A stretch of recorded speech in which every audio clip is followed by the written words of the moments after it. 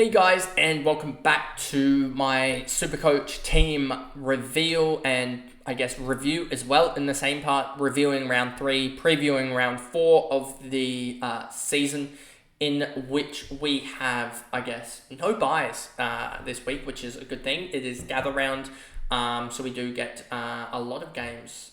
We get the full 9 games. I believe there's 2 Friday games, if I remember correctly. Let me just double check that. There are 2 Friday games, a 5-10 and a 8-10. So there is that.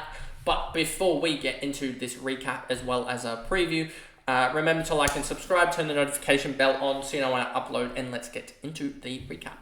So in the recap section, day cost 112, a 108, and let me actually just quickly go to the home screen. As you can see here, 2072 ranked me in the top 1% with the 325 round rank. 6,268 a total score, only I believe 268 off the lead, I believe.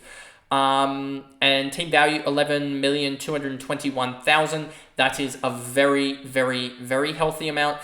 And then a season rank of just outside the top 1,000 with 1,002 as a season rank of out of 171,000 teams. So I went up 14k with an absolute huge round that I did with a 2072. And let's just hope I don't get burnt as much for those who are, I guess, held the Tom Green and Flanders and Took, etc. So let's go into the review. Nick Dacos 112. I really wish I hadn't actually gone for him in the end, but I sort of had to cover off the crowd given his ownership.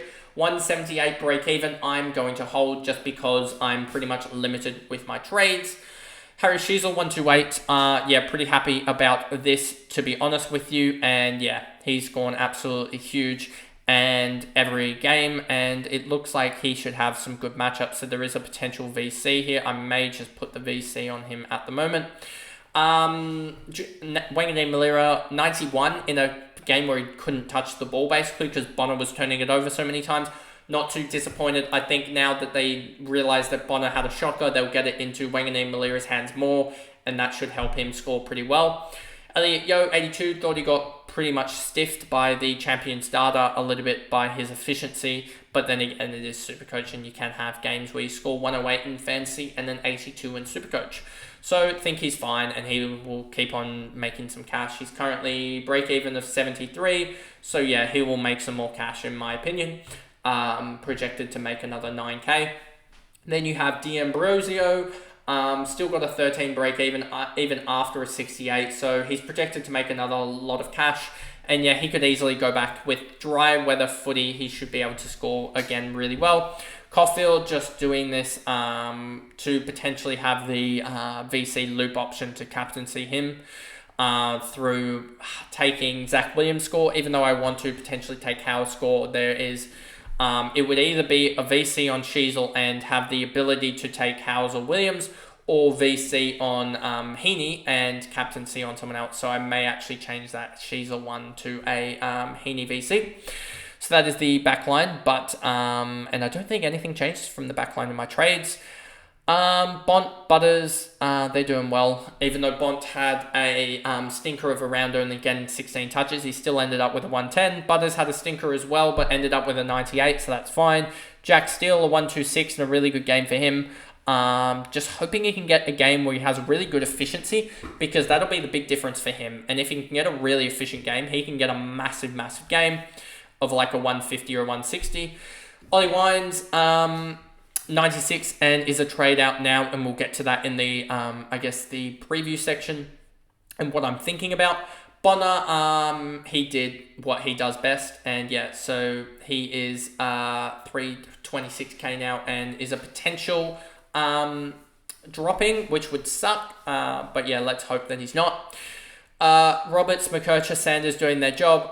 Reed on the midfield bench, that will probably change depending on what we do with trades.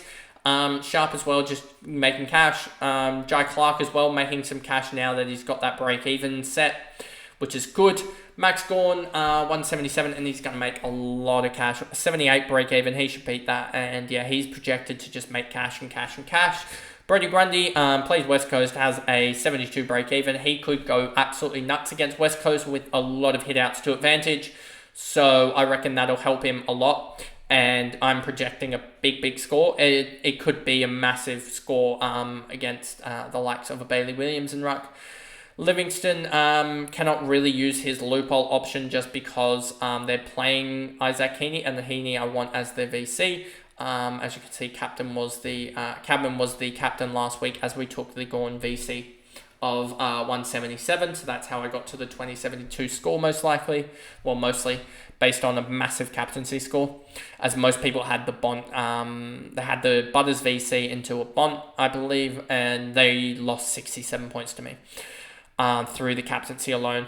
Luke Jackson, 98, he did fine and has Carlton this week. It says for a ruck matchup that it's hardish, but he should be fine, to be honest with you. Powell, yep, he's doing his thing. He has like -6 break even, and with 100 score again, he'd go up massive. So I reckon he is on the edge of being a top 6 forward, to be honest with you, or top 8 forward. I think he's in that range where he could just be a keeper for the rest of the year. So watch that space. Jordan Billings probably need to go, to be honest with you. And Cadman's making cash, but will hopefully be on the bench. But yeah, these two sucked. 569 was a good take over going Wilson, to be honest, in the end, as that, I think his score even counted for me. So that is basically the review there. And if I make these smaller, I am going to be using a boost this week. Ollie Wines needs to go, so there's one. Then also we are needing to get rid of Jack Billings because his break even is horrific. And then also I would say a James Jordan. And one thing I wanted to just test before I do my most likely trades is I just wanted to test a Flanders. And then I also wanted to see, and I know this is probably not going to work, Flanders into the midfield here, 497. Yeah, I thought I had done this option before and it didn't work necessarily. So it could mean that I trade out. Yeah, it actually could mean that I do this. And I know I did trade out Martin last week, but I may need to just trade him out now back in just because he has had a really good game. And also you see here that he's starting to become what in my belief is a top 6 defender. And if we look at the defender line here, then I can just start trading. I basically have my defenders all sorted as he's averaging, what is he averaging for the year?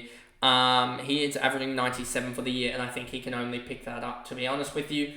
Has Port Adelaide, Western Bulldogs, Adelaide, Collingwood, West Coast. I don't think anyone will really put much attention into him. So they may put a little bit of attention into him, but I did want to think about getting a Martin, but Flanders sort of does sort of chuck that out the water.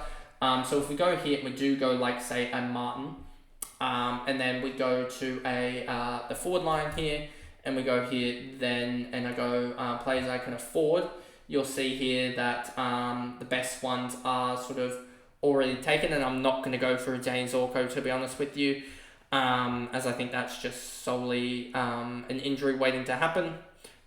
So there's no one here really that I like with picking Nick Martin. So if I was to go to, say, a Tom Green, then that leaves me 369k, and Ollie Dempsey I don't think is necessarily the greatest option here, to be honest with you, as that just basically puts me onto another sort of rookie / mid-pricer. I have thought about some other guys, like potentially a Tuke Miller as well, potentially, and that gets me 450k, which again still doesn't really get me to anyone that I'm looking at here and liking the look of, to be honest with you. I could go a little bit more expensive and get, I could do the 5 down. What is 5's break even? It's 45. What's Billings' break even? Let's just get rid of Billings here. Billings' break even is 64. Am I going to hurt too much by getting rid of Billings over 5, to be honest with you, and playing Billings? To get back and get the...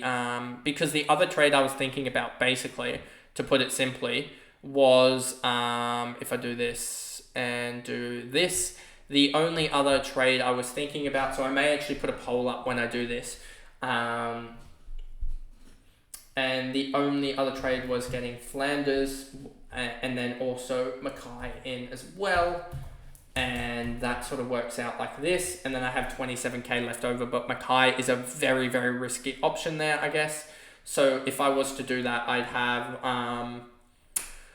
would have here, then we go Flanders for 5 here, and then, no, I don't want to do 5. No, I don't want to do Flanders here. Get out of that. How do I cancel the trade there? And then I do Flanders over Cadman there.